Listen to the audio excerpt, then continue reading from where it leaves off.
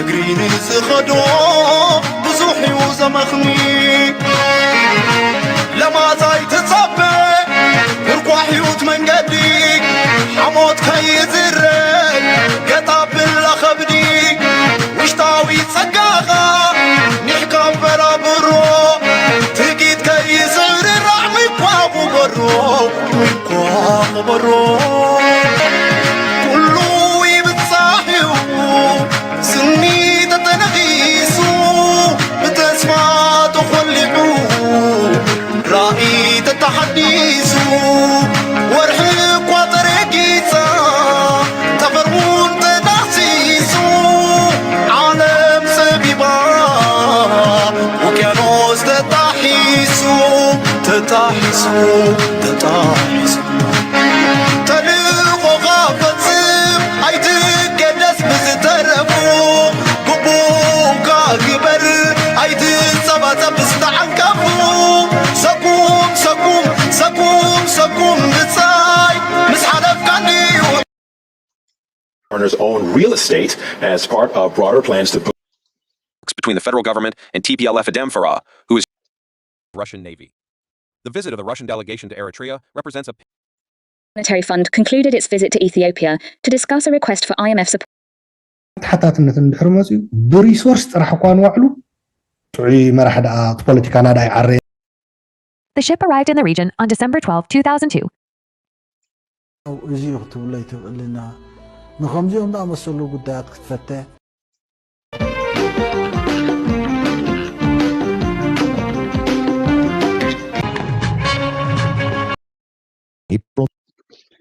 ሰላም ተኸታተልቲ ናይዚ ቻነል ከመይ ትኾኑ ሰናይ ክትኮኑ ናይ ወትሩ ትምኒተይ እዩ ኣምባሃር ሎሚ እውን ከም ትወትሩ ኣብ ቀርኒ ኣፍሪካ ከምኡ ድማ ብደረጃ ዓለም ምስ ዞባና ምስ ሃገርና ምስ ከባቢና ርክብ ዘለዎም ብቐጥታ ድዩ ብተዘዋዋሪ ክንርኢና ብዙሕ ምዕባለታት እዩ ዘሎ ነየረና ድማ ብዙሕ ፅቡቕ ይፅበያ ኣብ ቅድሚያ ከም ዘሎ እቲ ንዓመታት ዋጋ ዝኸፈለትሉ ቀስ ብቐስ እቲ ራእይናቶም በቦቱ እናሓዘ ይኸይድ ከም ዘሎ ዘርኢ ቪድዮ ኢና ክንርኢ ኣብ ታሪክ ተመርኮሰ ምዝህሉ ኩነታት ብኩሉ መንገዲ ክንሪኦ ኢና ኤርትራውያን ምሁራት ዝህብዎ ሓበሬታታት እውን ክንርኢና ስለዚ እዛ ቪድዮ እዚኣ ዞባ ቀርኒ ኣፍሪካ ብፀጥታ ብቁጠባ ናበይ ገፁ ይኸይድ ኣሎ ኤርትራ ምስ ራሻ ትገብሮ ዘላ ብኸመይ ይንበብ ኣሎ ብደረጃ ዓለም ክንሪኦ ክንፍትን ኢና ካልእ ድማ ኣብ ጎረባብትና ኣብ ደንበ ተቃውሞ ዘሎ ኣጠማምታ ገሊዩ ከነስተውዕለሉ ዘለና ገሊዩ ድማ ከም ንዛዘ ክንሪኦ ዘለና ብኸመይ ከነንብብ ኣለና እውን ክንርኢና ብሓፈሻ ግን ብዙሕ ታሪካዊ ዶኩመንት እውን ክህልዋ ይዛ ቪድዮ ላይክ ግበሩ ሰፖርት ግበሩ ነዚ ቻነል ደገፍ ናባኹምና ተማሕፀንኩ መጀመርያ በዚ ህሉ ኩነታት ኣብ ከባቢና ዘሎ ንዓናኻ ፅልዋ ዘሎ በዚ እስክንጀምር his debut trip to Mekelle to kickstart delayed political talks between the federal government and TPLF Adem Farah, who has just been appointed as head of the Democracy Building Center Coordinator Office with the rank of Deputy Prime Minister, made his debut trip to Mekelle, the capital of ኣብዛ ሓለፈ እዋን ፍሉይ ወኪል ናይ ኣሜሪካ ከምኡ ናይ ኤውሮጳ ሕብረት ዝርከቡ ኣብ ኣዲስ ኣበባ ነቲ ውዕል ፕሪቶርያ ናብ ተግባራውነቱ ንምብፃሕ ኣኼባታት ክግበር ንርኢ ንሰምዕና ኣለና ድሕርቲ ሕብረት ኣፍሪካ ዘማእኸሎ ኣኼባ ስምምዕ እሞኻ ካብ ትግራይ ዴሌጌሽን ናይ ግዝያዊ መንግስቲ ከምኡ ናይ ህወሓት ወከልቲ ተሳተፍዎ እማ ኣብ መወዳእታ ድማ ናይቶም ግሩፕ 7 ዝበሃላ G7 ዝበሃላ ብሙለን መግለፂ ናተን ሓበራዊ መግለፂ ኣብ ዘውፃሉ ውዕል ፕሪቶርያ ክትግበር ከም ዘለዎን ጉዳይ ናይ ኤርትራ እውን ዘይተንከፍዎ ቅድሚውን ከም ኣጀንዳ ክለዓል ዝደልይዎ ዝነበሩ ኢሊት ናይ ትግራይ ድማ ውዕል ኤርትራ ኣብ መሬት ናይ ትግራይ ከም ዘላ ዝብል ከም ዘይሸፈንዎን ስለዚ መርገፂ ናቶም ንፁር ከም ዝነበረ እንተኾነ ካብቲ ውዕል ምስ ተመለሱ ናይ ትግራይ ኢሊት ብተደጋጋሚ ውዕል ፕሪቶርያ ይትግበር ከም ዘየለዎን ከምኡ ድማ ንሰራዊት ኤርትራ ዝኹንን መግለፂ ብዘይምውፅኡ ከም ዓብይ ግህሰት ከም ዝተገበረን ትግራይ ከም ዝተረሳዓትን ልዕሊ ኩሉን ቅድሚ ኩሉን ድማ ምስ ኣምሓራ ትብፃሕኒ ዝብልዎ ዘለዎ ናይ ወልቃይት ሑመራ ራያ ካልኦት ግዛታት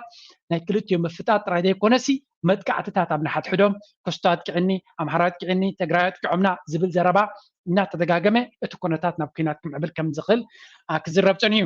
ስለዚ ንዑ ንምግታእ ይመስለኒ ባህታሃታ ወከልቲ ናይ ኣሜሪካ ንመቐለ ከይዶም ነይሮም ተመሊሶም ምስ መንግስቲ ናይ ኣቢ ተራኺቦም ሓድሽ ሚኒስተር ዲሞክራሲ ዝበሃል ወይ ከዓ ሓደ ልኡኽ ናይ ዲሞክራሲ ዝበሃል ኣቕዩምሎ ንሱ ድማ ንመቐለ ከይዱ ምስ ህወሓት ይራኸባሎ ከምኡ ድማ ምስ ግዝያዊ መንግስቲ ትግራይ ይራኸባሎ እዚ ድማ ኩነታት ናይ ኣምሓራ ኣብ ካልና ከዶ ከሎ እንታይ ዕላማ እስከንስማዓዮ እዚ ብወገን ፖለቲካን ፀጥታን ክኸውን ከሎ ብቁጠባ ድማ ሓድሽ ምዕባለ ኣሎ ንሱ ክንሪኦ ኢና The Tigray region to kickstart delayed political talks between the federal government and the Tigray People's Liberation Front, TPLF.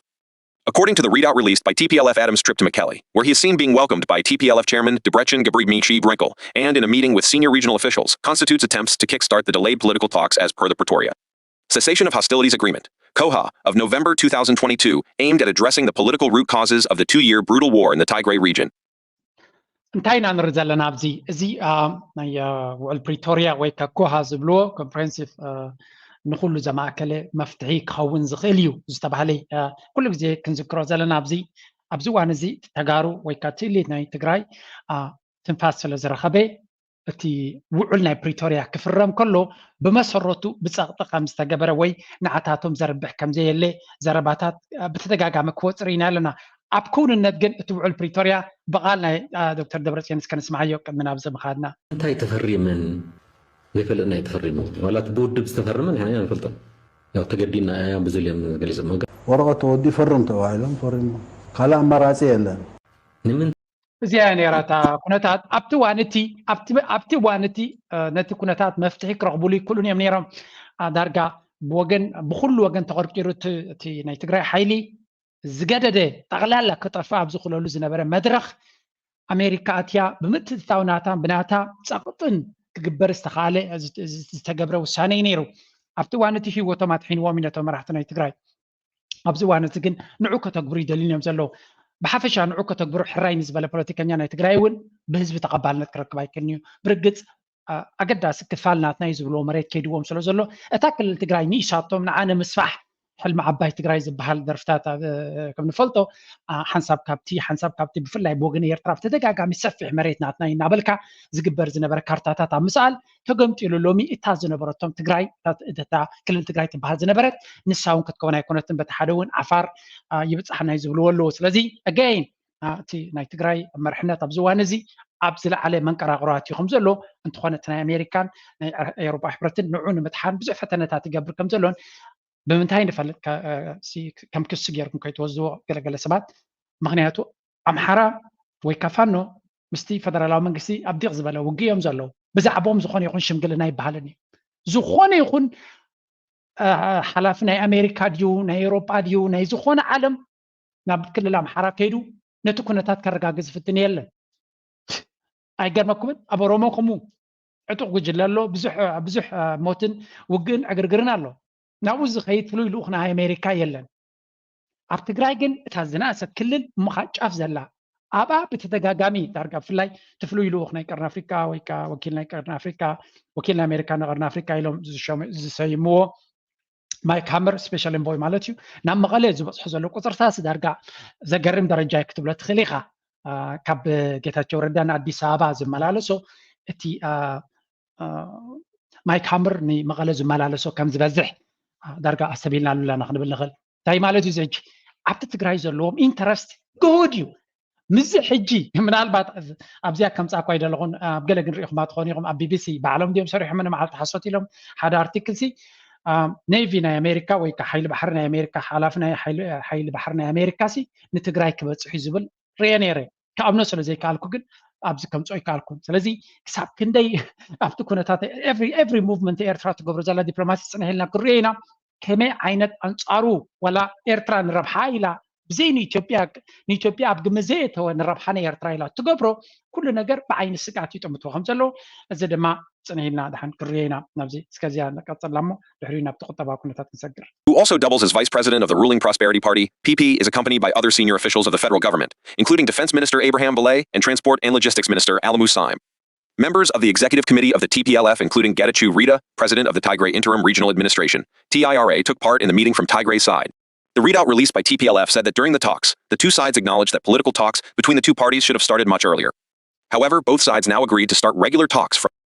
So comes the Zelena, the Hadish Wakil Weka Halafi Abiy Ahmed Maziz was allo, Natukunatat Karagage,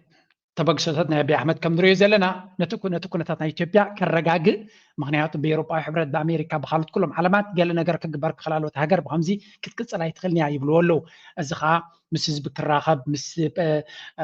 ዝተፈላለዩ ዕጡቃት ጉጅለታት እውን ምስ ኩላቶም ክሰማማዕ ከም ዘለዎ ክረዳዳእ ከም ዘሎ ይገልፅ ኣሎ ግን እቶም በንፃሩ ድማ እቶም ካልኦት ሓይልታት ከመይ እዮም ዝርእይዎ ዘለዉ ኣብይ ኣሕመድ ኣብ ናይ መወዳእታ ክፋል ናይ ስልጣኑ በፂሑ ከም ዘሎ እዮም ዝርእይዎ ዘለዉ ብቁጠባ ብፀጥታ ብካልእ ነገር ብኩሉ ሃገር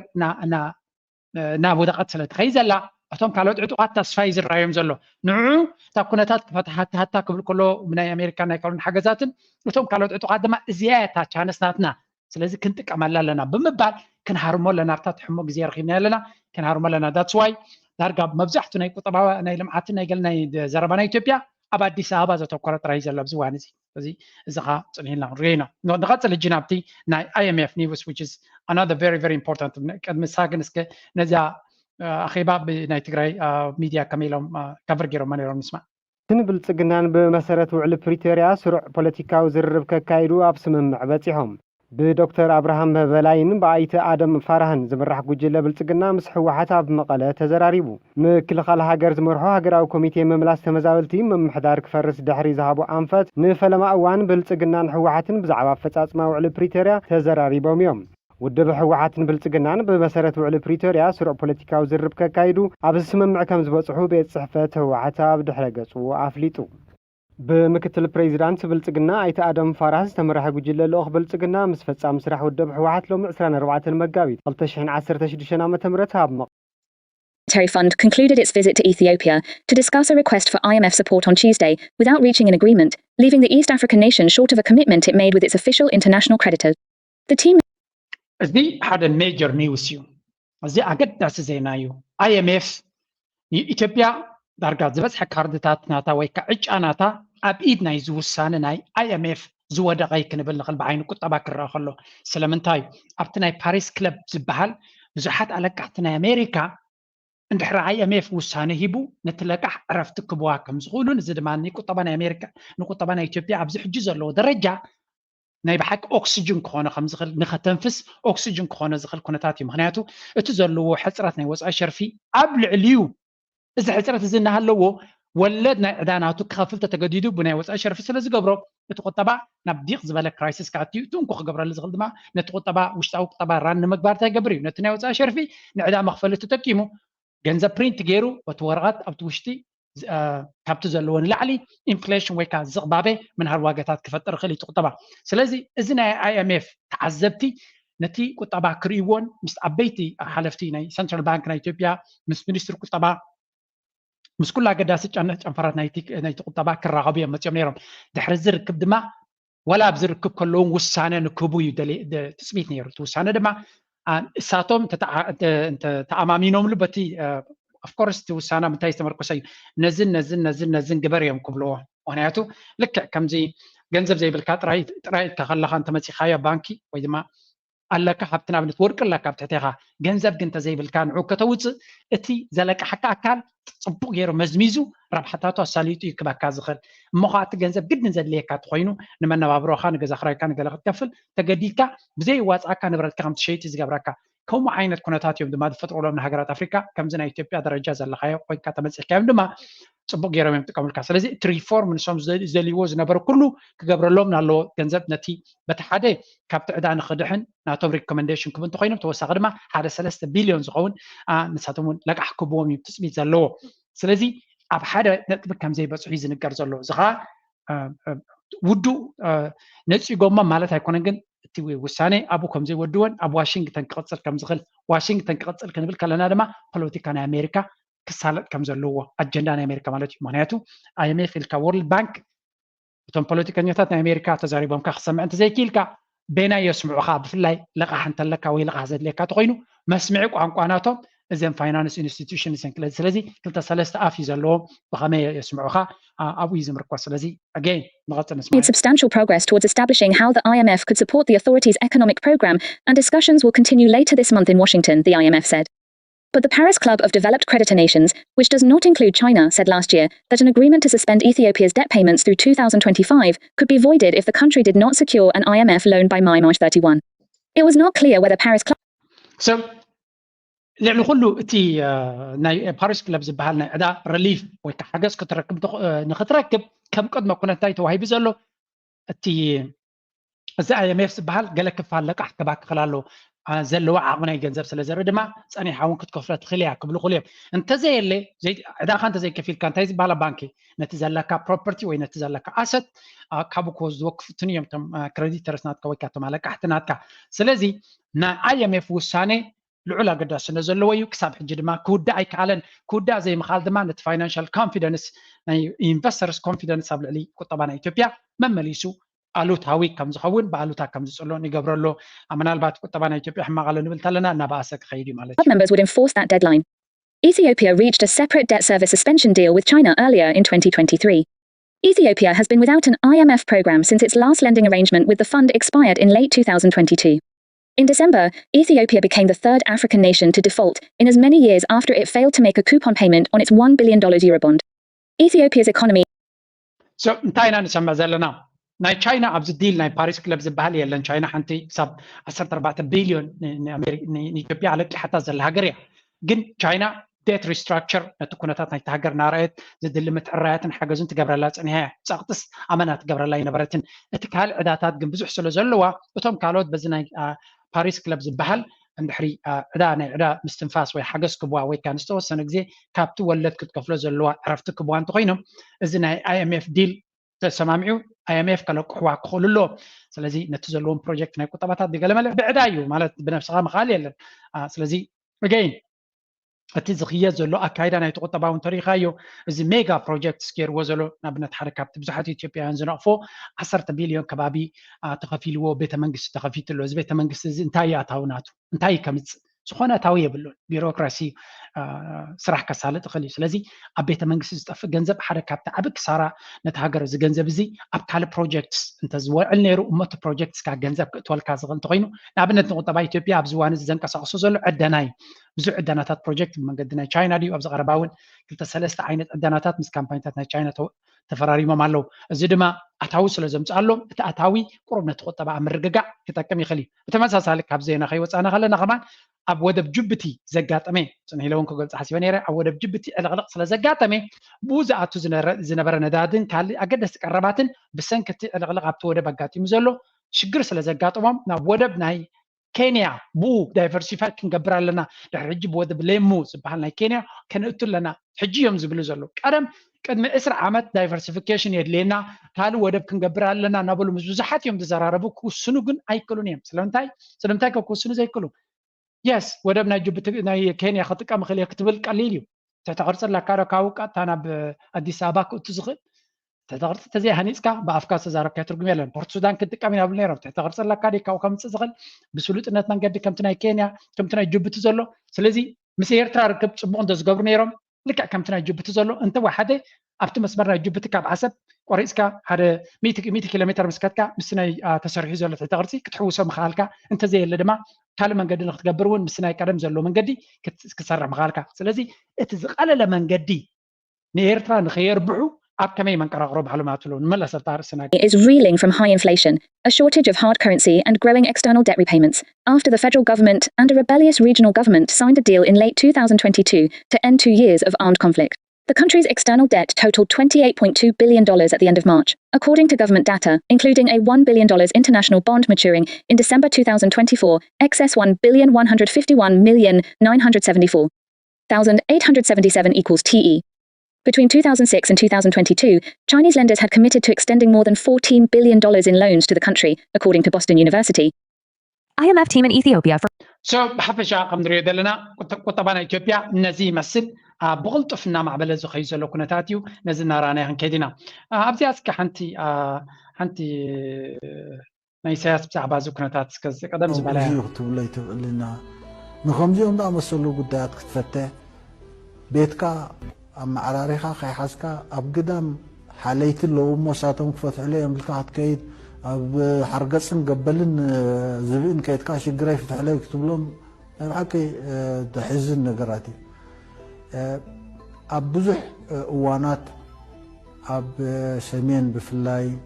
بتدقاقامي خرقت سنة حقيقة ساقط السلد بزح حانسا ICC ملت ሓንሳእ ኩነኔ መፅእ ሓንሳእ ናይ እገዳ ውሳኔ ወፅእ ተዓፃፂፍና ክንወፅእ ንኽእል ኢና ተዓፃፂፍና ክንወፅእ ንኽእል ኢና ተዓፃፂፍና ክንወፅእ ንኽእል ኢና ዝበሃል በላሕቲ ኸ ኣለዉ ከምኡ ክረድኡ ዝፍትኑ ቀፃሊ ተዓፃፂፍካ ዘይውፃእ ተዓፃፂፍካ ክውፃእ ይብለካ ተዓፃፂፍካ ምስ ተሰባበርካ ክትውፃእ ኣይኮነን ዋላ ክትዕፀፍ ከማና ይትኽእል ኢና ሕጂ ወይ ወያነ ወይ ናይ ኬንያ ስርዓት ናይ ዘባና ጎብለል ክኸውን ምእንቲ ናይ ኣሜሪካ ቤቢ ኮይኑ እንተበልና ምግናና ኣይኮነ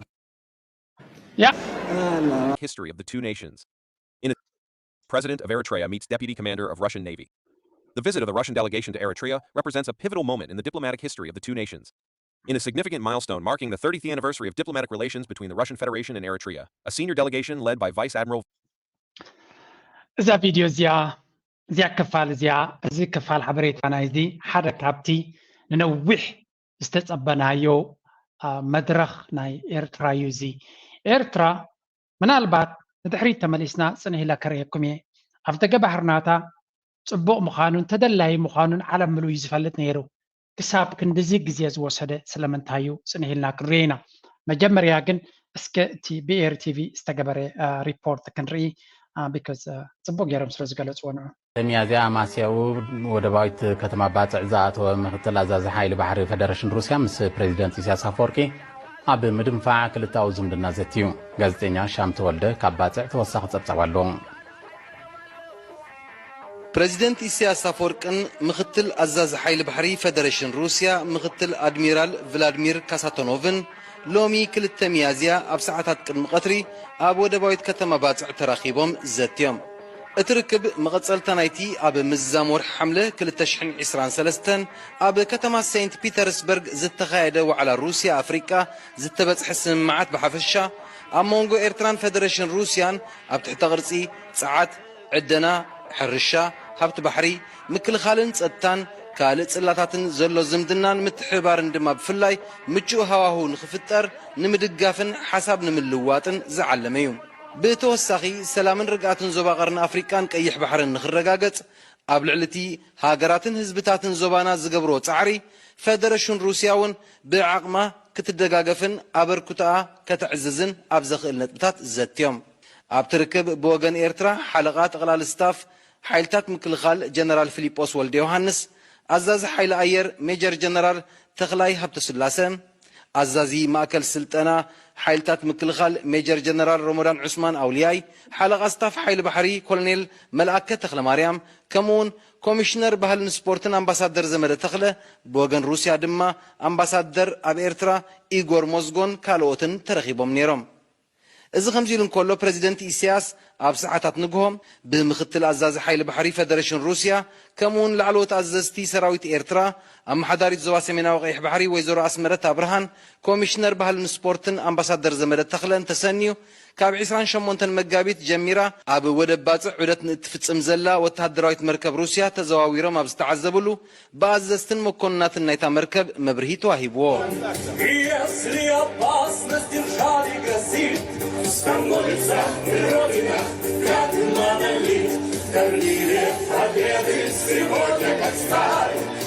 ከም ኣካል ናይቲ መደብ ብምኽንያት መበል 30 ዓመት ምምስራት ወግዓዊ ዲፕሎማስያዊ ዝምድና ኤርትራን ፌደሬሽን ሩስያን ከምኡውን ንኽብሪ ልኡኽ ፌደሬሽን ሩስያን ኣብ ወደብ ባጽዕ ዑደት ተካይድ ዘላ ወተሃደራዊት መርከብ ሩስያን ብሓደ ሚያዝያ ኣብ ሰዓታት ምሸት ብኮሚሽን ባህልን ስፖርትን ዝተወደበ ሙዚቃዊ ምርኢት ቀሪቡ Kassanov, Deputy Commander-in-Chief of the Russian Navy. So, ከምዛ ሰማዕኩማ እታ ዜና ኤርትራ ሓደ ዓብይ ነጥቢ መቐይሮ ኣብ ፀጥታዊ ኩነታት ናታ ብደረጃ ሃገር ጥራይ ዘይኮነስ ኣብቲ ኣህጉራዊ ወይ ካብቲ ኣብቲ ዞባዊ ዝግበር ዘሎ ምውግጋን ወይ ከዓ ኣሰላልፋ ምቅያር ናይ ኣሰላልፋታት ሓደ ዓብይ ልዑል ዝኾነ ብቅዓት ብዘለዎ ዲፕሎማሲ ከምኡውን ከመይ ጌርካ ስትራቴጂ ናትካ ኣብዚ ልክዕ ከምዚ ብርቱዕ ማዕበል ዘለዎ ባሕሪ ከመይ ጌር ሓያል ባሕርኛ ብርቱዕ ማዕበል እንታይ ይፈጥር ይብሉ ብርቱዕ ማዕበል ሓያል ባሕርኛ እዩ ዝፈጥር ብርቱዕ ንፋስ ድማ ሓያል ገረብ እዩ ዝፈጥር ብፀጋምን የማንን ዝሃርማ ንፋስ እንተላ ሓንቲ ገረብ ሓያል እያ ትኸውን ኣብ ባሕሪ ድማ ኣብ በቲ زبل بحر زخيد بحرنيا نفع كونه يكلني برتع معبل زلو لعل انت حتنقط لك زخل وين درجان تلو نعون تحليفك برتع بحرنيا نسخه تخون ኤርትራ ድማ መራሕትና ኤርትራ እቲ ዝበርት ማዕበል ዝኾነ ይኹን ኣብ ኣፍሪካ ዘሎ መንግስቲ ክወርዶ ዝኽእል ወይ ከጋጥሞ ዝኽእል ማዕበል ልዕሊ መራሕትና ኤርትራ ዝተሃረመ መርሕነት ኩሉ ከም ዘይክል ርግፀኛ ኮይነ ክዛረብ ዝተሃረሙ ኩሉ እዮም ጠጠው ኢሎም ንዑ ሓሊፎም መርከቦም ናብቲ ዕላማ ከም ትበፅሕ ዝገበሩ ግን ኣብ ኤርትራ ዘሎ መርሕነት እዮም እዚኣ ቢግ ኮምፕሊመንት ብዘይ ቃል ዓለም ብዘይ ነክፈረግ أنا نزك بالكله نستوسن أوان نتأكيدا ناتم يردوا ينبركم كم حجونكم يلكم أنا يرتراوي إذا مرحنا تزحيز وزخيز نبره أمونغوين أمونغو مرحنا يرترا عبف اللي كم زول بس يسفل أنا زرعيني تناتي أمتى كنت تناتهم أمتى يكون أنا زرعيني زنبره إتزنبره تسعنون يرترا كوكت وز أي تخلي عزب الأمنات نيروني مغنياتو كم يرترا زعما مثلا نشتي هاجر مسكن بعض أمريكا زعما مثلا عبيت إمبايرس وكانت سنة تاعت النزنبرة قد إما كتعوت هاي تخلنيها قد جف واقع كتغفلنا ترى دي كونسي نيرترا كافلا وكتدفايا نتمر حنا ترى دي كونس نتحجر وكتدفايا زبل عب السقات نيروني ناتي بوليتيكا وكايدا دما كابزي السقات زيزون ببوزنا برك زبقاس نيرو انت يزبل نيره وي غوبخون وي ناب غوبو تصقع يزبل نيره اذا مسلازيا كبابوتاتنا زمتتيا حدا غزي ግን ጸገም አለው እዚያ መስላዚያ حدا غزي ንስኻ ጎቦ ክትከውን ክትክእል ኣለካ ክሳብ ጎቦ ክትከውን ድማ ክትነክስ ክትክእል ኣለካ እዚ ኤርትራ ዝተኸተለተ ድማ ኤግዛክትሊ ኮሚዩ ናብ ራሽያ ይኮን እንተጸግዓ ራሽያ ትጸግዓ ዘላ ማይ ፒፕል እዚያ ክትርዳና ክትክእል ኣለዋ ኤርትራ ናብ ራሽያ ትጸግዓ ያላ ናብ ዝዋን እዚ ራሽያ ናብ ኤርትራ ትጸግዓ ዘላ ስለምንታይ ኤርትራ ብናይ ራሽያ ሓገዝ ትረኽቦ ነገር የብላ ወይ ዘለዋ ስጋት ራሽያ ሓጊዛ ከተትሕና ይትኽልንያ ኤርትራ ክሊርሊ ኣትፈልጦ ነዚ ከመይ ገይራ ትፈልጦ ኤርትራ ንሽያ ሃገር እንዲያ ክትብሉ ትኽእሉ ወይልከ ንሕብረት ሶቪየት እኮ ምስ ደርጊ ኩሉ ዘለዋ ኣፅዋርን ሰራዊትን ኣዘዝቲ ናይ ሰራዊትን ንኸዋግኡ ጥራሕ ዘይኮነስ ኤርትራ ክሳብ ትማርኾም ህዝባዊ ግንባር ክሳብ ዝማርኾም ደረጃ ኣብ ግንባር ናይ ነቕፋ መፂኦም ዝዋጋእ ዝነበረ ሓገዝ ዝገብሩላ ዝነበሩ እኮ ትማሊ ንደርጊ ነይሩ ኢትዮጵያ ነይሩ ስለዚ ሕብረት ሶቪየት ብዘይ ሕብረት ሶቪየት ሃገር ናጽነት ኣውፅያ ሃገር ከተውሕስን ክትቅፅልን ከም ትኽእል ናይ ራሽያ ሓገዝ ኣየድልያን ኤርትራ ኣይኮነን ሎሚ እቲ ትማሊ እውን ኣየድልያን ነይሩ ስለዚ ኣብዚ እዋን እዚ ክንጋግዮ ዘይብልና ራሽያ መፅያ ባፅዕ ምስ ኤርትራ ስለተራኸበት ፍሉይ ረድኤት ንኤርትራ ክትገብረላ ትኽእል ስለ ዘሎ ማለት ኣይኮነን እንተኾነ ሽርክነት ኣገዳስነት ኣለዎ ሽርክነት ኣገዳስነት ኣለዎ ብዛ ዓለም እዚኣ ነብራ ናሃለና ከለና ሽርክነት ኩሉ ግዜ ይዘድለየና እዚኣ ዓብይ መምህር ዘይሽበር አንተ ዓብይ መምህር ዘይሽበር ወ ገዲም ተጋዳላይ ረጉድ ገበር ኣለኻዶ ኣለኻስ ክንበር ንስኻ ዘይብውሳይ ነበር ክዳን ከዲን ካልና ነዚ ሃገር ክዳን ከዲን ካልና ነዚ ሃገር ወ ክዳን ከዲን ካልና ነዚ ሃገር ሽርክነት ሽርሕ ጉርሒ ጉራ ታሕዲ ዓይነፊ ራእየ በለ እንተ ኮይኑ መፍትሒ ዝገባብር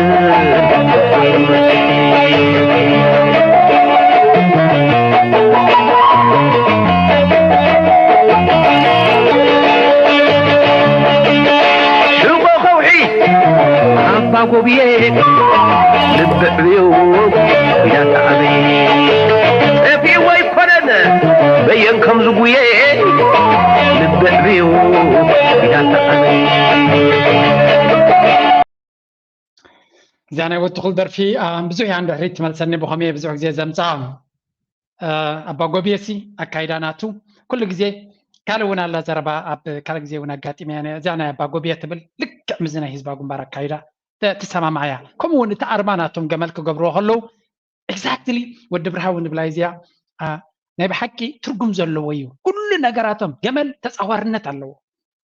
really I don't know تي أما أنا يتنجارات ناتهم نويح عمتات أبقى على السلس أنحو تزت كمول أرماتات exactly نتناتهم behavior زنس أبارغي exactly what 100% مستناتهم التايدا زجتمي جمال كبلو خلو كل يوم زت كملو ترديهم لهم تجملسي أرمانا يجملسي حاجة ንስለ ዘረባ ኣይኮነን ትገመል ኮይኑ ኣብቲ ጉዕዞ ታሪክ ናቶም ካብ እንስሳታት ናይ ኤርትራ ብፍሉይ ፍቅሪ ናይ ገመል ስለ ዘለና ወይ ገለ ጥራይ ዘይኮነሲ ኣብቲ ሰውራ ዓብ ኣበርክቶ ስለ ዝነበሮ እዩ ካልኣይ ባህሪ ናይቲ ገመል ምዝናቶም ኣዝዩ ዝቃዶ እዚ ናይ ራሻ ንሪኦ ዘለና ትማሊ ፀላኢቶም እያ ነይራ ራሻ ኣይኮነትን ሕብረት ሶቪየት ትመርሕነ ሽዑ ዝነበረ እዩ ስለዚ ቀዋሚ ፀላኢ ከም ዘየለ ቀዋሚ ረብሓ ጥራይ እዩ ሽርክነታት ይቀያየሩ እዮም ኩሉ ግዜ ንስኻ መትከልካ ሒዝካ ትኸይድ ንድሕር ኮይንካ እቶም ንፋሳት ላዕልን ታሕትን ኢሎም ዝግ ምስ በሉ እቶም ንዓኻ ብቅዓትካ ዝፈልጡ ናትካ ፅባቐ ዘለልዩ ናትካ ኣገዳስነት ዝፈልጡ መፂኦም ኣብ ዓድኻ መፂኦም ክልምኑኻ ጨጋታቶም ሒዞም መፂኦም ኣብ ኣፍ ደገኻ ይመፁ ልክዕ ከምዚ እዚ ሰውራ እዚ እዚ ህዝባዊ ግንባር እዚ ዘሎ መርሕነት እቲ ዝለዓለ ፈተና ናይ ኣብ ኣፍሪካ ዋላ ብደረጃ ዓለም እውን ክንብሎ ንኽእል ኢና ከም ንእሽተይ ሃገር ከም ውልዶ ሃገር እቲ ዝለዓለ ፈተና ከም ወርቂ ብሓዊ ተፈቲኑ ዝሓለፈ መርሕነትን ሃገርና ንርኢ ዘለና ብዘይ ቃል ዓለም እዚ ናይ ራሻ ፍሉይ ነገር ናይ ኤርትራ ክገብረላ ወይ ስለ ዘሎ ኣይኮነን ግን ከምዚ ዓይነት ምስ ሱፐር ፓወር ደረጃ መፅያ ፊት ንፊት ከም ሓደ ጉንብሕ ምንብሕ እናበልካ ዘይኮነሲ ኣብ ዓድኻ ኣፍ ልብኻ ነፊሕካ ኤርትራ ብዝዋን እዚ ዝኾነ ይኹን ሓይሊ ቻይና ይኹን ኣሜሪካ ይኹን ራሻ ክእዝዛ ናብ ዝደለየ ክጥምዝዛ ዝኽእል ሃገር ኣይኮነትን እንታይ ዳ ምስ ዝመረፀቶ ብሕርያናታ ናፅነትና ናፃ ሕርያና ገለ ትብል ቴማ ነይራ ብዝሓለፈት እዋን ስለዚ ኩሉ ነገራቶም ብሕርያናቶም ብምርጫናቶም ዝገብርዎ ዘለዉ and I think ድሕሪ ተመልስካ ታሪኻ ኩሉ ተቃልስናቶም ነዚ ይመስል እዚ ኣራይ ዋጅ 2003, President Isaias Afwerki, Min of Defense and Commander of Eritrean Navy, visited the CJTF HOA Operational HDQ as part of counterterrorism mission aboard the high-tech flagship USS Mount Whitney. The ship arrived in the region on December. ኣብ 2002 ፕሬዚደንት ኢሳያስ ኣብ 2003 ፕሬዚደንት ኢሳያስ ንሓንቲ መርከብ ናይ ሓይሊ ባሕሪ ናይ ኣሜሪካ ተራኺቡ ኣዘራሪቡ ነይሩ ኣባፅዕ መፅያ ነይራ ንክልተ መዓልቲ ሽርክነታት ክገብሩ እዚ ግዜ እዚ እቶም ትፈልጥዎ ዝያዳ ከተብርህዎ ትኽእሉ ኣብ ኮሜንት ግን እዚ ግዜ እዚ ኣሜሪካ ናብ ጅቡቲ ዘይኣተወትሉ ዝነበረት ግዜ እዩ ኣሜሪካ ኩሉ እቲ ታሪኻ ካብ 1940 ጀሚሩ ክሳብ እዚ ሕጂ እዋን እንተሪእና ኤርትራ ልዑል ኣገዳስነት እዩ ዘለዋ እንታይ ግን ኣሜሪካ ትፈልጥ መሲልኩም ኣብ ታሪክ ኣብ ዝሓለፈ ብፍላይ ድሕሪ ካልኣይ ኩነት ዓለም ኣሜሪካ ሓደ ነገር እያ ትፈልጥ ትደልዮ ነገር ኣይትልመን እያ ጎቢጣ እያ ትወስዶ ተዘይሂብከያ ድማ ነቲ መንግስቲ ብዝተፈላለየ መንገዲ ኣይኮነን ኣብ ኣፍሪካ ኣብ ኤሮጳ ናብ ካል ሃገር እንሰርሓላ ታክቲክ እዚ there's a reason CIA ዝበሃል ዘለዎ ስለዚ CIA ዝበሃል ነቲ ዘሎ መንግስቲ ከምቲ ዝደልይዎ እንተዘይኮይኑሎም ንሶም ኣይኮኑ ስትራቴጂ ናቶም ዝቕይሩ ኖ ልክዕ መርከብ ኣለኻ ማዕበል እንተመፂካ እንታይ ትገብር ብናይ ኣሜሪካ ተሓሳስባ ነቲ ማዕበል ክሰብረለካ ንስኻ ክትተዓፃፀፍ ኣለካ ኣይኮነን ካልኦት ሃገራት እዮም ከምኡ ገብራ ዘለዋ ስለዚ መንግስቲ ኤርትራ ከምኡ ይኮነን እዚ ሰውራ እዚ ካልእ ዓይነት ኣተሓሳስባን ታሪክን ኣካይዳን ዘለዎ እዩ ኣሜሪካ ንኣሜሪካ ክላሳለሱላ ፈቲኖም እዮም ትዕቢት ኣይነበሮምን ኣብቲ ግዜ እቲ ዝከኣል ምልምላም ክገብሩላ ደልዮም እዮም እፀገም ግን ኣሜሪካ ካብ ኤርትራ ንላዕሊ ዝለማለሙ ዝደለኹም ውሰዱ ዝብልዎም መንግስታት ዝለመዱ እዮም ተርዲኦም ንለዎም ንሕና ብንብሎ ኮንኪዱ ዝብሉ ወይ ካሲ ክልቴና ተረዳዲና ንግበር ዝብል ዘይኮነሲ ዝደለኹም ግበሩ ዝብል ዓይነት መንግስቲ ኣብ ኣፍሪካ ዘሎ ስለዚ ሪኦም ናብ መን ከይዶም ናብ ጅቡቲ ከይዶም ኤርትራ ኩሉ ዘድሊ ምትሕግጋዝ ክትገብረሎም ድልውነት ነይርዋ ኣይደለይዋን ስለምንታይ ኣይደለይዋን ንኤርትራ ከም ሃገር ክትህሉ ስለዘይደለዩ ጥራይ እቲ ሽርክነት መንግስቲ ኤርትራ ክቦም ዝኽእል እኹል ስለዘይኮነ ይኮነን እንታይ ዳ ኤርትራ ኣማና ስለተገድሶም ዝነበረት እዚ መንግስቲ ኣብ ኤርትራ ዘሎ ክእለ ክኽእል ኣለዎ ንሱ ንክእለ እንተኮይኑ እንታይ ክንገብር ኣለና መጀመርያ ኣብተን ዙርያ ዘለዎ ሃገራት ፅቡቅ ዝኾነ ቤዝ ክህልወና ኣሎ ስዑድ ዓረብ ብንየው ጅቡቲ በዚ ኢትዮጵያ በዚ ሱዳን ድማ ዝኾነ ክኣትዋ ከም ዘይክእል ማለት እዩ ክንገብር ኢና እንታይ ክንገብርና ሽዑ እዛ ብኤርትራ ዘሎ 3 ሚልዮን ኩሉ ግዜ ኣትሒቶም ዝርእይዎ 4 ሚልዮን ህዝቢ ዘለዎ ሃገር እዩ ነዚኣ ጨቢጥና ብቁጠባት ሒዝናያ እቲ ህዝቢ ክሃድም እዩ ምስ ሃደመ ውሕድ ህዝቢ ተርፍ እዩ እቲ ስርዓት ድማ ህዝቢ ስለ ዘይብሉ ዝገብሩ የብሉን ኣብዚ ድማ ንሕና 100 ሚልዮን ህዝቢ ዘለዎ ሃገር ሒዝና ኣለና እንድሕሪ በዓሉ ረኽመ ሽልመይቱ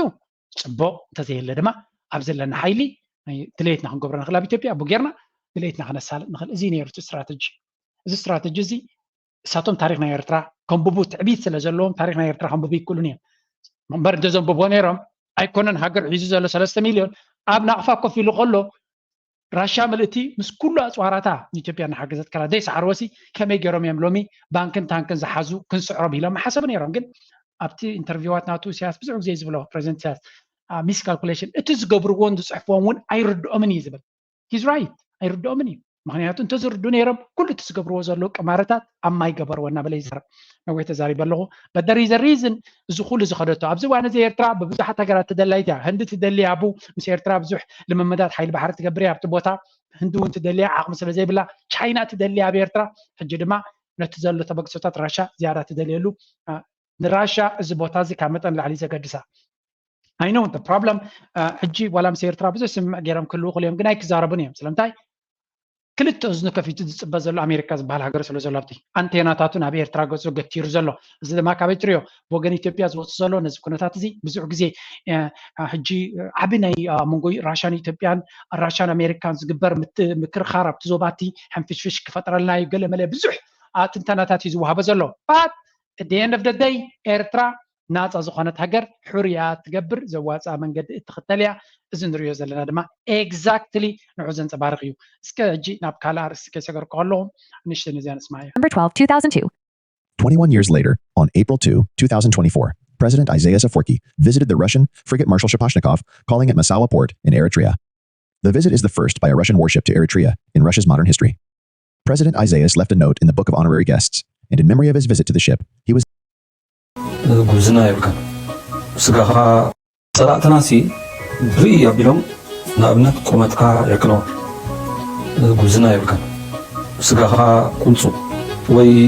እቶም መራሕትኻ ኣሪጎም ኢሎም ሓስቡ እቲ መሬትካ ቃድራ እዩ ትርጉም ዘይብሉ መሬት እዩ ይብሉ ዋሕዲ ቁፅርካ ውሕድ እዩ ኢሎም ይሓስቡ ብዙሕ ግዜ እዚ ናይ ኢትዮጵያ ቀመሪ ወይ ናይ ፀላእትና ቀመሪ ዋላ ናይቶም ምዕራባውያን ማለት ናይቶም ዓበይቲ ሃገራት ከም በዓል ኣሜሪካ ولا ون بعد السوفيت قبل جزء راء وجن عبد النور اللودرجي كيبا يمن سوفيت عملت حق زومي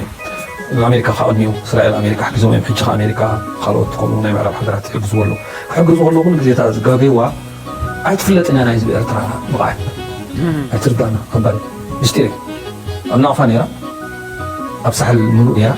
اشتغلت وتصل ترى نشتري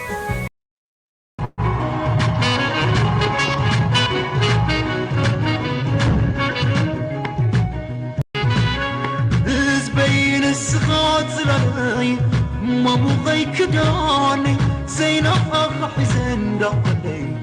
والقص بالكم حلمي مملي سكا سسن مملي سكا برخ سكا سكا شيش عساز علي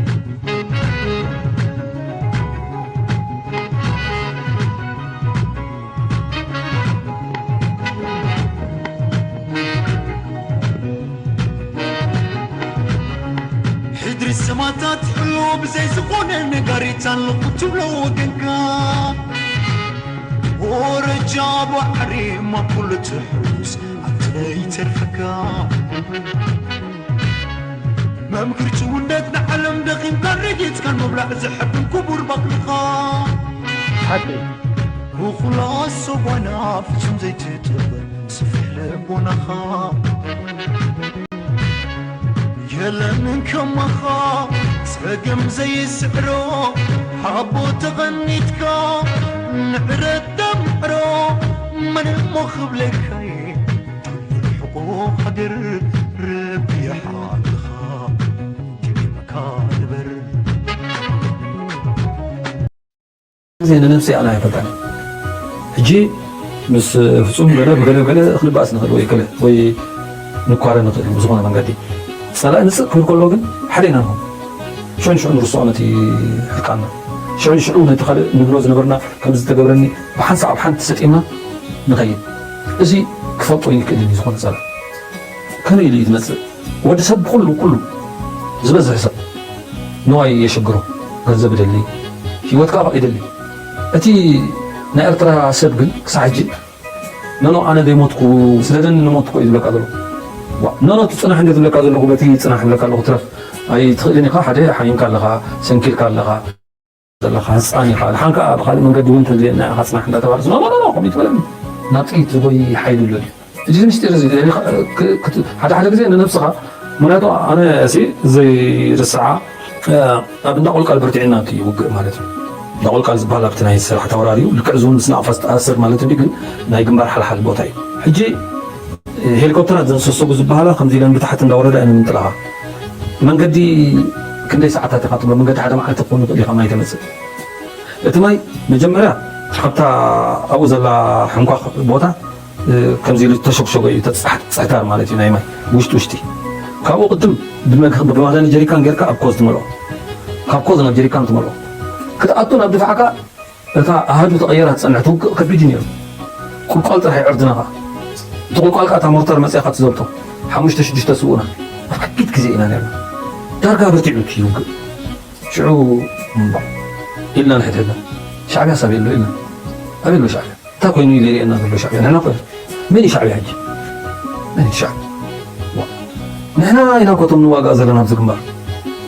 قلت شعبي أبي له إلا ونحن شعبي نحن حدنا أنا ندري شعبي أبي له لازم نشتري شعبي أسفل ولا حد أنا شعبي أبى حبي شعبي أبى شعبي ولا شعبي ودي شعبي شعبي ولا شعبي كم Yeah, it's incredible story. كذي أسمعوا حنت بزلن كانت وتزلا لن كان زرعوا فيديو very interesting. ولدو إذا عدري خيال عدو خينا خد كتلاي تخلني بس خدمة بس كله سجمات كابين خد كوناي تخلني عقموني بالكان لازم السجر مرة بزلوا حوخا حنحوسة كاينة شعوب إذا كله سجمات كاز فتح نزخ نجبر جن مجمر تاخد الدخمس لزلك من قص خاطر شعوب زي سجم بعلنا حنحوسة كاينة تبارو أنا زود كتنا حبرة السمكوين كايدي إذا كود جنريشن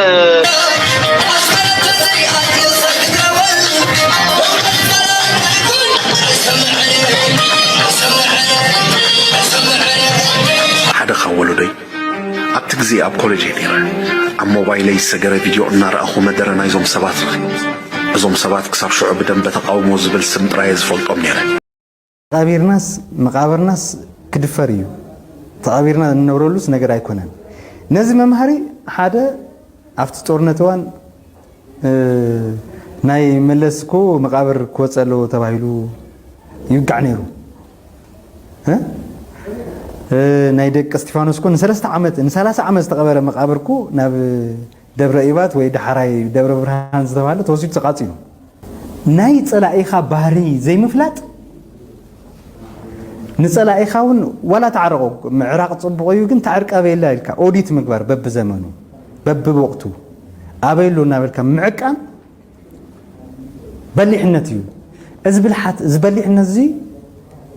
اينبرنان حزو وكن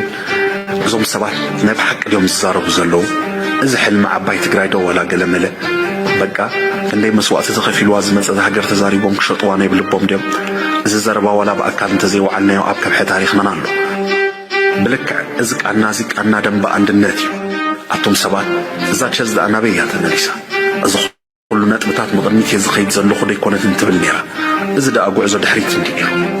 إذا كل قعزم بأرقتها تشزنا بحمساتات ياخد من الاستدني ناي تقراي تقرني عند النت مخو خندي يرفو نستأشحت سوء أتزخفل الناس علي مسؤول أبتانكو توتيحهم كموتو نسو دا أغم حجي مش تانك حيزو متسينيرو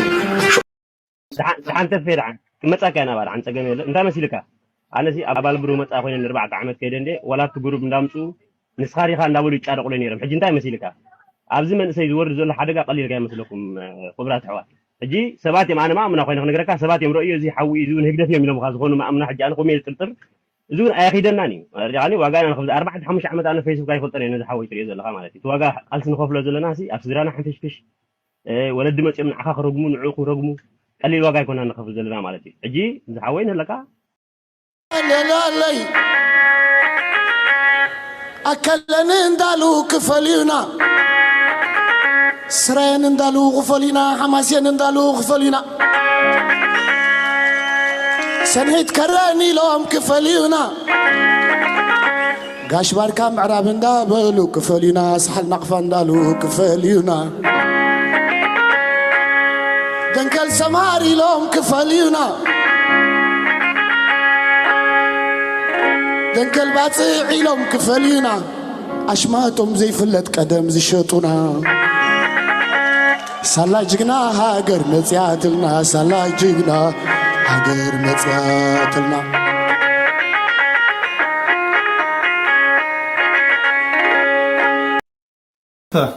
دك إيري ومولاتكم يكرتا إيري هاجري أنا بجنزب تدليله نجزيو بزيت أكم ربحتات أنا تدليله نهاجري شيطية نيرة دحرجي أنا حجراوي حوهم بابا حدش نبرة حدش حجراوي بزبل مسئله أنا إرتراوي نمنجستي كل جزء يدقفه إذا مستقرايز نبرني إذا مسبرجن حمدو دو برجر جل زبلوه دحرجي كل نجار أقارت إيه أنا إرتراوي تدلا بايرو نسخم سي إلى موت تلاقيهم تدلا بايرون أتول دابن أب وعلى بتجديس ولد أب نسخة عدقة يكون الإرترا تقرأ وايخا من عدقة خالص أوس أتكلم مش تبيع نحن سي كم عدقة خالص أتوس أنا تبى الناس أنتي أبز موسيقى تعقل كل الناس خزي عدقة يوما أتول داب كانوا وأنا دا أمو أبز زر سب جاي ثاني احتجاري ودا من كزارب سنست سي كبر أتول دا أتول تدا بايرو كبر حوي نسقم سي خمسين كموني من الوقت رست بوتاتين رست بحبوتاتين كنت وزدوا داريكم تخونكم بار تولد ديك كرسلكم كابزي نابزي ولاد أنا قاعد فتسيمو كندزي أتقوون سكفتا يبلينكم إلى خزارم كلكم سخف سبلوس البولو بتولد توليو سخف يبلغ قليلو حجي أطلع بايرو كل حاجة ترواتات ليلي خمسة يكون سبل أخبرهم ده تزاروسي زبيتهم قد يفهموا كم يوم يوم مور إفكتيف يخطخون ده أخبرك نسأل أخذ إفكار سلفي تقول لهم زلتن البال قال ما أنت تقول يقولون you don't make your point تقولوا دلنا قرات نسخة هذه إلك نتتحسس ما نتسبتي ترديها أو قمت أتيك كمان قال صبوا points تلو كم قال حمد تسوي ديفاسيت تقولوا يقول بس أفند الجميع كلام مصرف في صوت الفكاهة صوت هون زي أبزو ويب سايت إلكتروني نحدم يحكي بهر زلزلون كم كوي حجي مس قدر إذا أتو مبالغ لما يزولوا له أنا أدري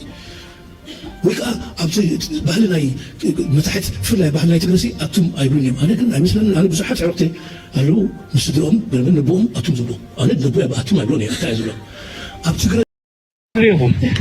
إذا مريت الزغام مريت إرتراوي إرتراويان دحركم نزا مريت دي أنا زخبابيكم نايدتن بزد مت نجار كتحلوا عم يزيدوا له سراويت كتتحجاجزوا قبوهم بزمت إيها صنعته بسيها بالله تاجرت من ثمانية على سجن رأيتن سمعتن كلهم حضرتي أي صنعتهم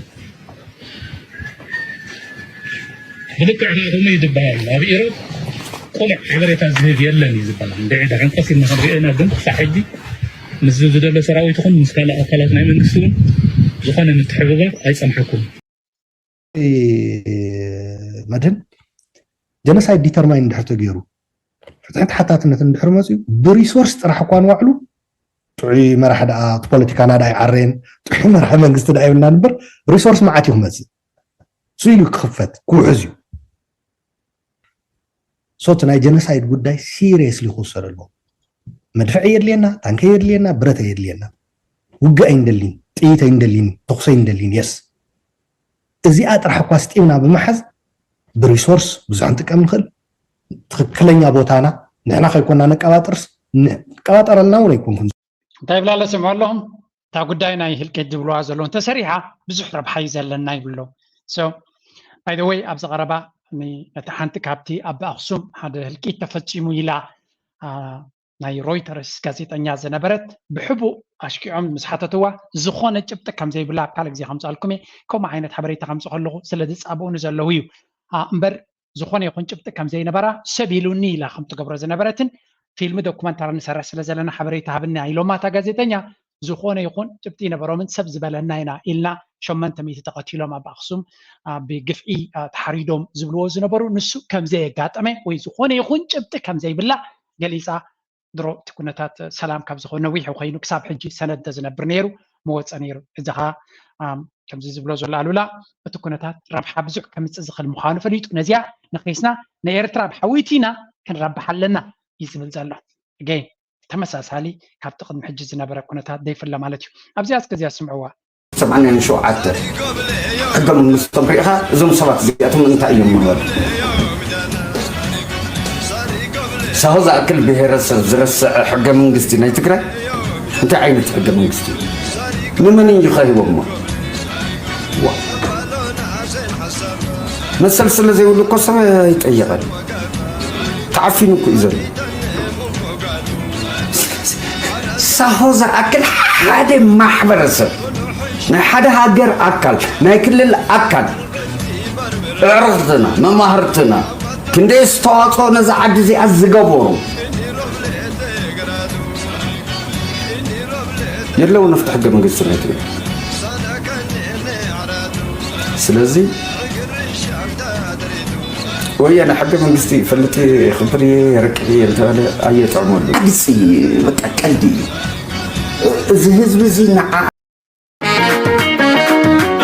ሰነለይ ኣብ ዘለኻ ኢኻ ብፅንዓትካ ዶርህ መፃኢኻ እዛ ኤሪትራና እንደይ ባሕሪ ካብ ሙሉእ ዘሪ ንዓኻ ዝፈሪ ህዝቢ ሓንተቦ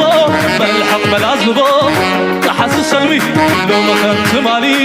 ኣሚነ ኣሚነ መሬቱ ንዓኻ ሒዘ እሲነ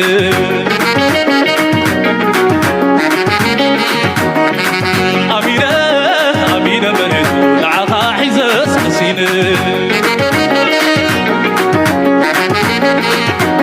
ሰነለይ ኣብ ዘለኻ ኢኻ ብፅንዓትካ ዶርህ መፃኢኻ እዚ ትሪእዎ ዘለኹም ኣብ ከባቢ ናቕፋ ሓንቲ ኤርትራዊት ሓፍትና ንኤርትራ ከይዳ ከላ ዝሰኣለቶም እዮም ደኳትር 28 ዙርያ ቴክኒሽያንስ ናይቲ ዝተፈላለዩ ሞያኛታት ንኣሽቱ ወልዶ መንእሰያት ናይ ኤርትራ ስለዚ ሃገር ጥሑ ተሪፋያ ትምህርቲ የብሉን ተዓዲ ወላ ሓንቲ የብሉን ኢሉ ንስሜ ኤርትራን ኤርትራውነትን ክብክል ንሓያል እዋን ዝፀዓረ ወላ ሓመድ ነሳእካ ይብሉ ወላ ሓንቲ ክትረክብ ኣይከኣልካን ኩሉ እትትብሎን ትዛረቦን ዝነበርካ ኣብ ሓቅነት ዘይተመርኮሰ እቲ ኩንነት ድማ ነዚ ይመስል ውልዶ መንእሰይ ኣብ ዝተፈላለዩ ኮሌጃት ናይ ኤርትራ ሰልጢኑ ነታ ሃገር በታ ዓቕሙ ኣብ መምልዓላ ይርከብ ከም ዘሎን ኣብዚ እዋን እዚ ዝወፁ ዘሎ ስእልታት ድማ ካብ ኣመና ተስፋ ዝህብ ኩነታት ከም ዘሎን ምናልባት ኣብ ዝሓለፈ እውን ኣምፂልኩም ነይረ ኣብዚ እዋን እዚ ኣብ ኤርትራ ናይ ፀዓት ፀገም ንምፍታሕ ዓበይቲ ጀነሬተራት ብባፅዓት እየን ናብ ዝተፈላለየ ናይ በለዛ ናይ ፀሓያዊ ፀዓት እውን ኣብ ካልእ ቦታታት ኣብ ደቂ ኣምሓራ ናብ ካልእን ስለዚ ፀዓት ናይ ኤርትራ ልችን መብራህትን ንምዕራይ ንሱ እንተተዓርዩ ድማ እቲ ኢንዳስትሪያላይዜሽን ናይ ቁጠባ ምብርባር ኩሉ ነገር ኣብ ፀዓት ስለ ዝምርኮስ መሰረታዊ ነገራት ሪኦም ዘድሊ ነገር ይገብሩ ኣለዎ መጀመርያ ግን ሃገርካ ክተውሕስ ኣለካ መሰረታ ከተነፅፍ ኣለካ ክሳብ ሕጂ ድማ እታ ሃገር ኣብ ከምኡ ቃልስያ ነይራ ካብ ሕጂ ንድሓር ግን እቲ ሃገር ተስፋ ኣብ ዘለዎ መድረክ በፂሓ ኣላ ነፍሲ ወከፍ ኤርትራዊ ድማ ናትካ ግደ ሕጂ ዝመፅእ ዘሎ ቅድሚ ሕጂ እንታይ ገይረ ኣበይ ነይረ እንታይ ኮይነ ዝበሃል የለን ኤርትራ ምዕብልቲ ኤርትራ ከምቲ ንስኻ ትሓስባ ኣብ ካልእ ዓለማት ትርአን ዘላ ክትከውን ትዕር ደሊኻያ ናተይን ናትካን ፃዕሪ የድልያ ኣሎ ነዚ ድማ ነፍሲ ወከፍና ክንዋፍረሉ ዘለና ኢና ብኸመይ መንገዲ ተልካ መጀመርያን ቅድሚ ኩሉን ኣብ ነፍስኻ ኢንቨስት ግበር ንነፍስኻ ኣስተኻኽል ኣብ ደገ እንተለኻ ነዛ ቪድዮ እዚ ኣብ ደገ ኮይንካ ትሪእያ እንተለኻ ንስኻ ሓደ ኣገዳሲ ባእታ ናይቲ ሃገር ኢኻ ኣብ ውሽጢ እንተለኻ ካብቲ ደገ ዘሎ ብዝበለፀ ነዚ ሃገር ክትገብረላ ትኽእል ንስኻ ኢኻ ምናልባት ኣብ ውሽጢ ዘለኹም ትሰምዑዋ ስለ ዘለኹም ምክንያቱ እቲ ኣክሽን ኣብ ቦታኹም እዩ ዘሎ ስለዚ ካብ ብሕጂ ኣተሓሳስባኹም ኣስፍዕዎ ከምቲ ቅድሚ ሕጂ ዝነበረ ምክልኻል ጥራይ ዘይኮነ እቲ ምክልኻል ዘሎ ፃሙ ክኽፈል ይግባእ ቀዳምነት ክወሃበ ይግባእ ኣብ ሃገር ምክልኻል ዘሎ ኩሉ እቲ ፀጋታት ፕራዮሪቲ ቀዳምነታት ንዑ ክኸውን ይግባእ እቲ ብደገ ዘሎ ሰብ ኣነ እዚኣ ናተይ ርዲት ከምዚያ እቲ ኣብ ደገ ዘሎ ሰብ ናትና ኣበርክቶ ነቶም ኣብ ዓዲ ነቲ ሃገር ዘወሓሱ ንዓታቶም ንኽጥዕሞም ጥራይ ክኸውን ኣለዎ ገዛውቲ ንስኻ ሰሪሕካ ቪላታት ንስኻ ሒዝካዮ ተዓፅዩ ክነብር ንስኻ ብዓመት ሓንቲ ግዜ ክትመፅእ ከለኻ ትድቅሰሉ ክኸውን የብሉ ኖ ስ ኖት ፌር እቲ ዝግበር ትሕቲ ቅርፂ ብምሉእ ነቶም ኣብ ውሽጢ ዓዲ ዘለው ዝምችኦም ንሳቶም ክረብሕሉ ዝኽእሉ ክኸውን ኣሎ ኣብ ክንዲ ነፍሲ ወከፍ ሰብ ናቲ ቪላ ገይሩ መዓት ገንዘብ ኣጣፍዩ ተዓፅዩ ንዓመት ምሉእ ሓንቲ ወርሒ ዝኽፈት እንድሕር ኮይኑ እቲ ሃገር ወላ ሓንቲ ጥቕሚ የብሉን እወ ጥቕሚ ኣለዎ ቅድሚ ሕጂ ኢለኩም እቲ ገዛ ክስራሕ ከሎ ቸሜንቶ ካብቲ ዓዲ ክመፅእ ሰራሕተኛታት ካብቲ ዓዲዮም ክመፁ ነዳቃይ ክሰርሕ እዩ ባትላሜራ ዘለዎ ክሰርሕ እዩ ናይ ጣውላ ክኢላ ኩሉ ክሰርሕ እዩ ኣፍኮርስ ይረብሑ እዮም ብሓፈሻ ግን ኣከንዲ ከምኡ ናይ ሬሲደንሻል ፕሮፐርቲስ ከምዚ ናይ ሰንበልዲ ገለ ካልእ ከምኡ ገዛውቲ ተኸይሩ ሰብ ኢንቨስት ገይሩ እቲ ገዛውቲ ናይ ገዛ ቀረባት ነቶም ህዝቢ ብርትዓዊ ዋጋ ተኻርዮም ድዮም ብዝኾነ ይኹን መንገዲ ክነብሩሉ ዝኽእሉ ኣባይትታት ክኸውን ክኽእል ኣሎ እምበር ሓደ ክና ናብቲ ቪላ ኣብ ደስ ዝበሎ ቦታ ሒዙ ነቲ ንዑ ኣብ ዓመት ሓንቲ ግዜ ንቫኬሽን ሃውስ ዝገብሮ እንድሕር ኮይኑ ኣብቲ ቁጠባ ክንዱ ተራ ክህልዎ የብሉን ልዕሊ ኩሉ ግን ኣብ ኢንዳስትሪ ፎከስ ክንገብር ኣለና ኣብ ቢዝነስስ ፎከስ ክንገብር ኣለና ማሽነሪ ናይ ዓሳታት ዲኻ ናይ ዓሳ መግፈፊ ዲኻ ክትእቱ ናይ ዓሳ ፕሮሰሲንግ ዩኒት ዲኻ ክትእቱ እዚ ንቁጠባ ሃገር ከማዕብል ዝኽእል ወይ ድማ ኣብቲ ዕደና ፕሮጀክት ዲኻ ኢንቨስት ክትገብር ቅድሚ ሕጂ እውን ኢለኩም ነይረ ኣብቲ ዝተፈላለየ ፀጋታት ናይ ዕደና ዓበይቲ ፕሮጀክት ናይ ፀዓት ዲጋ ክግበር ክኽእል እንተኮይኑ ኤርትራውያን ኣብ ደገ ዘለና ብሓባር ኮይና ዲና ብዝተፈላለየ ኦርጋናይዜሽን ብርኪ ጌርና ኣብኡ ኣቲና ነቲ ሃገር ነቲ ዘለዉ ሕፅረታት ናይ ቁጠባ መፍታሕ እጃምና ከነበርክት ክንክል ኣለና እቶም ተማሂርና ዘለና ድማ እዚያታ ቀንዲ ሕማራት ናይዛ መልእኽቲ እያ እቶም ኣብ ዝተፈላለየ ዓለም ኮይና ትምህርቲ ወሲድና ዘለና ንህዝብና ንምህረሉ ተመክሮና ነሰጋግረሉ መድረክ በፂሑ እዩ ብኸመይ መንገዲና ክንገብሮ ንዓና ብኸመይ መንገዲ ክግበር እዩ እዚ ንነፍሲ ወከፍና ዝምልከት ክኸውን ይኽእል ሓደክና ሓላፍነት ወሲዱ መምህርቲ ኮይንካ ከይድካ ክትምህርቲ ትኽእል ኢኻ ናይ ኣይቲ ምሁራት ኣብ ሊንክዲን ክኣቱ ከለኹ መዓት ኤርትራውያን እዮም ብኣይቲ ተማሂሮም ዘለዉ ጎ ኣብ ማይ ነፍሒ ድዩ ኣብ ሓልሓለ ድዩ ዓዲ ቀይሕ ድዩ ሓመልማሎ ድዩ ሓጋዝ ድዩ ደንቦስ ክደቅም ሓረ ድዩ ብዘይገድስ ኣበይ ዊና ናይ ነቕፋ ድዩ ከይድካ ኣብ ቤት ትምህርቲ ኣብታ ግዜ ዕረፍትኻ ሓንቲ ሰሙን ዳ 2 ሰሙን ብናፃ መሃር ምስቶም መምህራን ኣብኡ ዘለዉ ተራኸብ ፋርማሲስት እንድሕር ኮንካ ብሕክምና ተማሂርካ ተለኻ ኣብቲ ናይ ሜዲሲን ቦታታት ከይድካ ተመክሮኻ ምስቶም መምህራን ምስቶም ስታፍ ንሓንቲ ሰሙን ዲኻ ኮርስ ክትቦም ነርስ እንድሕር ኮንካ ኣብ ሓደ ሕክምና ከይድካ ናይ ነርሲን ተመክሮ ትገብር ብኤሌክትሪክ ተማሂርኩም ዘለኹም ኤሌክትሪሻንስ ኮይንኩም ዘለኹም ኣብ ዝተፈላለዩ ቴክኒካዊ ቤት ትምህርትታት ከይድኩም ኣበርክቶ ክትቡ ትኽእሉ ኣነ ናተይ ማይ ኦል ታይም ዊሽ እንታይ ዝብል ኣነ ወላው ካብቲ ናይ ፋይናንስ ዓውዲ ከበርክ ዝኽእል ተኮይነ መምህር ኮይነ በዚ ቃሮራ ድዩ በዚ ማይ መነ ድዩ ወይ በዚ ገርሰት ድዩ ወይ ኣብ ገለ ጫፍ ናይ ኤርትራ ኮንካ ንሓደ ሰሙን ድዩ ንሓደ ወርሒ ድዩ መምህር ኮንካ ኣብቲ ቤት ትምህርቲ ምስቲ ህዝቢ ኣብቲ ጫፋ ዘሎ ኮንካ ምግባር ዲስ ኢዝ ማይ ድሪም ሳምደይ ክገብሮ ዝደሊ ነፍሲ ወከፍና ድማ ኣብ ዓድና ክንገብሮ ንኽእል ነቶም ዝተፈላለዩ ሞያታት ዘለው ንሕና ክንሕግዞም ንሕና ተመክሮ ከነካፍሎም ናይቲ ንፈልጦ ከነሰጋግረሎም ተኽኢልና እቲ መስርሕ ናይ ቁጠባ ኣነ ክዝውራይ ኣብ ላዕሊ ነታ ኩርሲ ኮፍ ኢለ ኣነ ክገብር ነው ብኸመይ ኮን ሃገር ዝምዕብል ንስኻ ኣብታ ተድማዓላ ቦታ ከይድካ ብተግባር ተሰሪሕካ ኢኻ ነቲ ሃገር ከተማዕብላ ትኽእል እዚ ኸ ኣብ ልዕሊኡ ቁጠባኻ ካፒታልካ ኣተሓሳስባኻ ከምኡ ድማ ኦርጋናይዝድ ኮይንካ ኣብ ዓበይቲ ፕሮጀክት ኢንቨስት ክትገብር ትኽኢልካ ሃገር ብከምዚያ ትምዕብል እናበልኩ ናይ ሎም ኣርእስቲ ኣብዚ ክውድየ እዚ ድማ ብኣና ዝጅምር ዘሎ ሓድሽ ነገር ኣይኮነን ካልኦት ሃገራት ዝገበርዎ እዩ ፕሊስ ላይክ ግበሩ ሰፖርት ግበሩ ነዚ ቻነል ሓግዙ እናበልኩ ምዝያለ ባዋ ክገድፈኩም እየ ናትኩም ሓገዝ ድማ ይተቋል ንፈልጦ ንቻይና ኣብ መጀመርያ ሰማንያታት ቻይናውያን ኣብ ስደት ዝነበሩ እቶም ቀንዲ መበገሲ ናይ ዕብየታ ከም ዝኾኑ ብኸመይ እንትሕሪልኩም መጀመርያ ነፍሲ ወከፍ ቻይናዊ ኣብ ስደት ከሎ ገንዘቡ ብኣገባብ ሒዙ ኣብዚ የድልዮ ከይሓሸሸ ኣኪቡን ኢንቨስት ክገብር ስለ ዝፀንሐ ኣብ ሰማንያታት ቁጠባ ክቅየር ዝጀመረ ኩሉ ገንዘቦም ንቻይና ኢንቨስት ገይሮምላ ናይ ደገ ሓይሊ እውን ኣየድልየ ካልኣይ ድማ ናይ ቢዝነስ ኣምር ስለ ዝነበሮም ቢዝነስ ስለ ዝፈልጡ ዝነበሩ ኣብ ዓዶም ከይዶም ሎሚ ዝበለፀ ቢዝነሳት ናይ ቻይናውያን እዮም ዝውንንዎ እቲ ሳልሳይ ድማ ንነብሶምን ንደቆምን ኩሉ ግዜ ኣብ ትምህርቲ ኣተኪሮም ስለ ዝኸዱ ዝነበሩ እቲ ዘድሊ ክእለት ካብ ኤውሮጳውያን ኣሜሪካውያን ብቐሊሉ ኣብ ሓፂር ግዜ ተማሂሮም ንኤውሮጳውያን ንኣሜሪካውያን ክመርሕዎም ጀሚሮም ኣለዉ ካብ ኣቶም ተማሂርና ሕብረተሰብና ንክንሃንፅ ክንብጋስ ኣለና ንዑ